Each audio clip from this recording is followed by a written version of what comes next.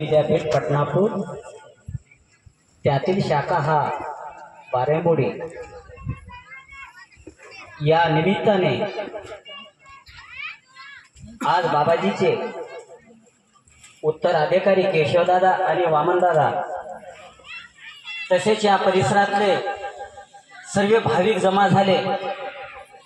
लहान थोर वृद्ध माझ्या आई बहिणी सर्वांना मी हृदयपूर्वक नमस्कार करतो। आणि या बाबाजीच्या कार्यास येऊन आपण इथून काय शिकून जायचं, संतांनी आपल्याला काय शिकवलं आणि आपल्याला इथून काय शिकून जायचं आणि कार्यक्रमात आपण कशासाठी आता याच्याबद्दल आपण चर्चा करायची आहे। मागले संत काही म्हणले, संत सांगतले ऐकत नाही, इंद्रियाचे ऐकतो। बाबाजी बी म्हणायचे, मागल्या संतांची उदाहरण बाबाजी सांगायचे। तुकडोजीचे भजनाच्या रूपात आपण तर प्रत्येक जण म्हणतो, संत सांगतले ऐकत नाही, इंद्रियाचे ऐकतो।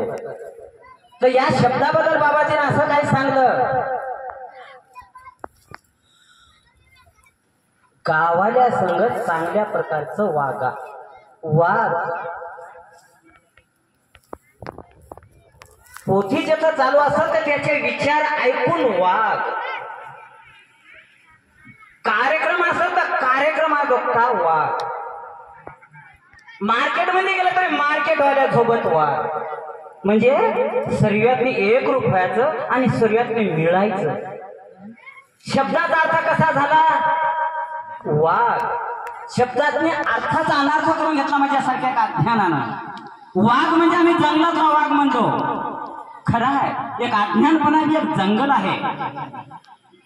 जसा जंगलातला वाघ भटकत राहिल्यासारख्या वाघासारख्या मनमान्य आमच्या इंद्रिया बी मोकळ्या वागल्या होत्या। जंगलातला वाघ तरी काय करत गेला, त्याच्यापेक्षा आमच्या ही इंद्रिया मनमान्य वागल्या होत्या। पण संतांना सांगलं की संध्याच्या विचारात तो वाघ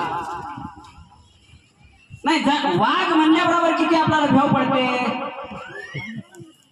वाघ म्हणल्याबरोबर भेव पडते। वाघ जंगलातला काय खाते, सगुण निर्गुण जशी भक्ती आहे तशी प्रपंच आणि परमार्थ याच्यातून 2 विषय, ते जंगल आहे किंवा अज्ञानपणाचा जंगल आपल्या हृदयातच आहे। थोडा वेळ आपण बाहेरच्या जंगलाकडे जाऊ। जंगलातला वाघ म्हणलं की सर्वात प्राण्याला खाते म्हणून सर्वाला भेव वाटते आणि स्वतः माणसाला खाते म्हणून भेव वाटते। काहून ते वाघ म्हणल्याबरोबर शेळी बकरी जरी जनावर आणि शेवटला माणसाला देखील तो खाते, जंगलातला वाघ। मग संतांना सांगलं प्राजी बाबाने की अरे 4 माणसा बघतो वाघ। काय सांगलं बाबाने, त्या वाघाचा आम्हाला अर्थ कळाला नाही त्या टायमाला। ग्रंथातले काय देऊन आहे त्याच्या जोगता वाघ। 4 माणसाचे विचार घेऊन वाघ। ते वाघ काय खाते, काम क्रोध वाद मज्जा डम अहंकार, लोभी लालची ढोंगी कपटी दलिंदर दुराचार ह्या वासनेला खाऊन घेते आणि माणुसकी एकच राहते, तो परमेश्वर। त्या परमेश्वराचं बाबाला ध्यान करायचं सांगलं। माणुसकीनं वाघ, आध्यात्मिक रूपाच्या या तत्वानं वाघ पुऱ्या गुण भस्म जळून गेल्या जातात आणि देव रूपासाठी त्या आत्मचिंतन करा, तो आत्मा हा ईश्वर आहे, त्याचं ध्यान करा म्हणजे बाबा। मुळात अक्षर काय दिलं, वाघ। याच्यापासून आम्ही लई दूर गेलो, सत्य वाघ। आम्ही ते वाघ म्हणून किती दूर गेलो। महात्म्यानं सांगलं सत्य वाघ, वाघ म्हणल्याबरोबर भ्यास सुरुवात केलं। बाबाजीचे आज मी महात्म्य म्हणले की 2च म्हणतात की नको रे बाबा, आमच्यातले काहीतरी अवगुण चित्ते आहेत, आम्हाला ते खाते म्हणून भेव वाटे आणि संतांच्या हातात दूर राहतो। संतांच्या दूर राहू नका, जवळजवळ बसा आणि संतांचे विचार घ्या। अवगुणाला तो खाऊन घेतो, सत्य एकच उरतो, तोच परमेश्वर। त्याच बाबांना ध्यान करायचे सांगितले। अज्ञानपणाचे जंगल हा याला नष्ट करायचा आहे। अवगुणाचे ज्यांनी विकार आहे ते याला खाऊन घेणार आहे, तो कोण आहे, स्वयं आत्मा जे त्याच्या त्याला हृदयामध्ये आहे, त्याच्यावर आपण संयम केला तर ऑटोमॅटिक त्याला तो खाऊन घेतो। त्याच्यापासून आपल्याला चैतन्य वृत्तीमध्ये आणून सोडतो। विश्वामध्ये भरून उरला जो म्हणतात तो आहे आणि त्याचं ध्यान करायचं बाबाजीने सांगितलं आहे। माऊल्या हो, आज विश्वशक्तीचे नाव तुम्हाला जे दिलेले आहे, जशी